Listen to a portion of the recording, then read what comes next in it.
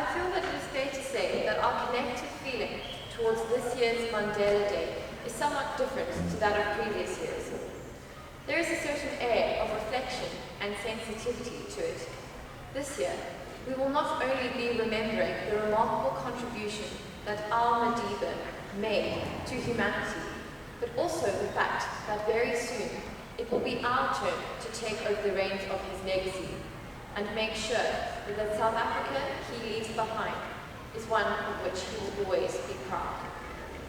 Today we, as several hundred people in a group of several million taking part in a campaign which will be carried out worldwide, will be giving up 67 minutes of our time to those less fortunate than ourselves. Why 67 minutes? I've heard a few people ask this, including my own mother.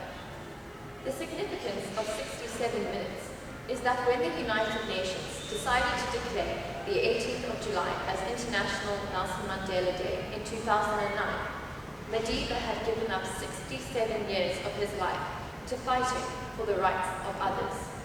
And that began with his political activism in 1942. And so, with this small dedication of our time, we endeavour to honour his sacrifice. I'm sure that all of you have learnt a bit about Nelson Mandela at some point in your high school careers. We've read about his role in the underground ANC, about 27 years that he spent in prison for his political beliefs, and about his part in negotiating for a new and democratic South Africa.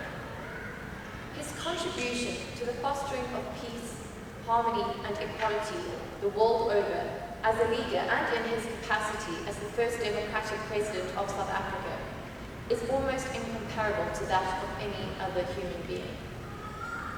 Despite all of this, there is one lesson that our Madiba has taught us, which can never be overemphasized. He showed us that if such good and commitment and determination can come from a village as small and rural as that of Kulu in the Eastern Cape, then it can come from anywhere. He taught us that you do not need public office to do public good, that change can come from anybody, from anywhere, at any time. All that is needed is determination, compassion, and action. In June this year, Ferial Haffajee, the editor of City Press, wrote, "The excellent Nelson Mandela Centre of Memory has already made clear what the icon wants by way of legacy. He does not want a legacy cast in copper, concrete, or marble, no monuments or highways, but a living legacy of volunteerism and service. It is our duty to ensure that this is the type of legacy we maintain for our Madiba. It is our duty to ensure that we follow his example of servitude, graciousness, and humility to make the world a better place for all, and not just on Mandela Day, but whenever we can. I shall leave you with the words of the great man himself. It is time for new hands to lift the burdens. It is in your hands now.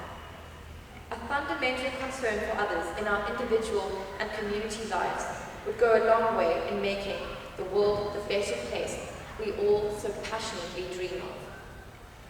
Happy birthday, Madiba."